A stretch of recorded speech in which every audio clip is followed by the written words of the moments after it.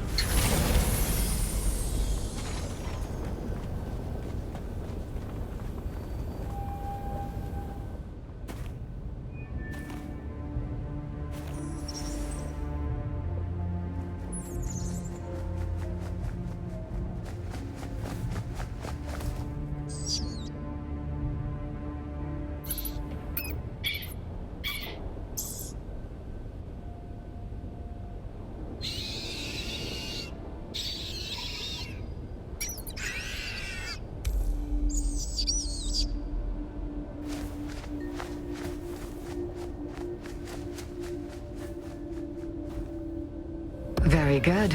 You're there. Count Fenring wants to talk to you, and it's never a good idea to keep our dear Fenring waiting. Come to me in Harko as soon as you can. I have a ribbon for you, kitten.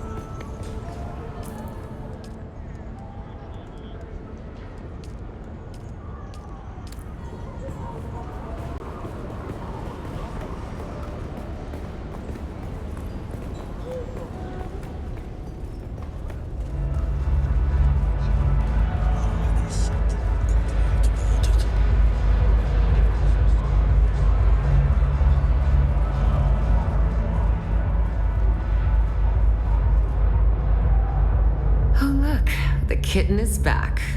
Do we have business? Dangerous to speak that name aloud. Even here, beneath the cone of silence. You understand that we are not official. We are the Hidden Hand. Our connection offers no protection, only the danger of discovery and a slow death at the hands of those who would thwart the Imperium's interests.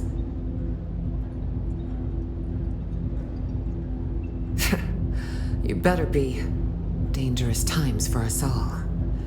I hope you're ready, kitten. Well, I didn't ask. I'll have my men take you to him. His instructions are clear. We need to blindfold you first. See? I told you I had a ribbon for you, didn't I, kitten? Such trust. I promise not to take advantage of it. Ah, my favorite assassin. I must confess that reading Alara's reports is a rare pleasure. Except this last report. You entered the ruins of Old Carthag, accompanied by the outlaw Zantara, and you returned alone. Tell me, what happened down there?